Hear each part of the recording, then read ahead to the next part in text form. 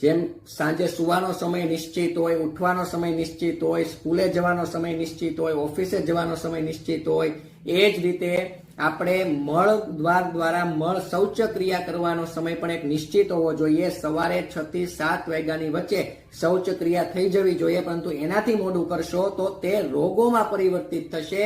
કારણ કે એ બધો મળ છે ને, જ્યારે આંતરડામાં પડ્યો રહે ત્યારે તે સુકાઈ જાય, ગંઠાઈ જાય અને એમાંથી વાયુ પિત્ત કફના અનેક રોગો ઊભા થાય છે.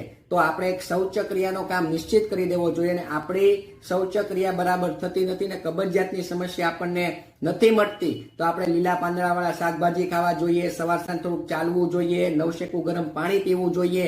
એમ છતાં ન મટે તો આપણે હરડે અથવા ત્રિફળાનો પ્રયોગ કરવો જોઈએ. સાંજે સૂતી વખતે 1 ચમચી લઈ શકાય છે. આનાથી સવારે ખુલાસા સાથે પેટ સાફ આવે છે અને કબજિયાતની સમસ્યામાંથી તમને મુક્તિ મળે છે.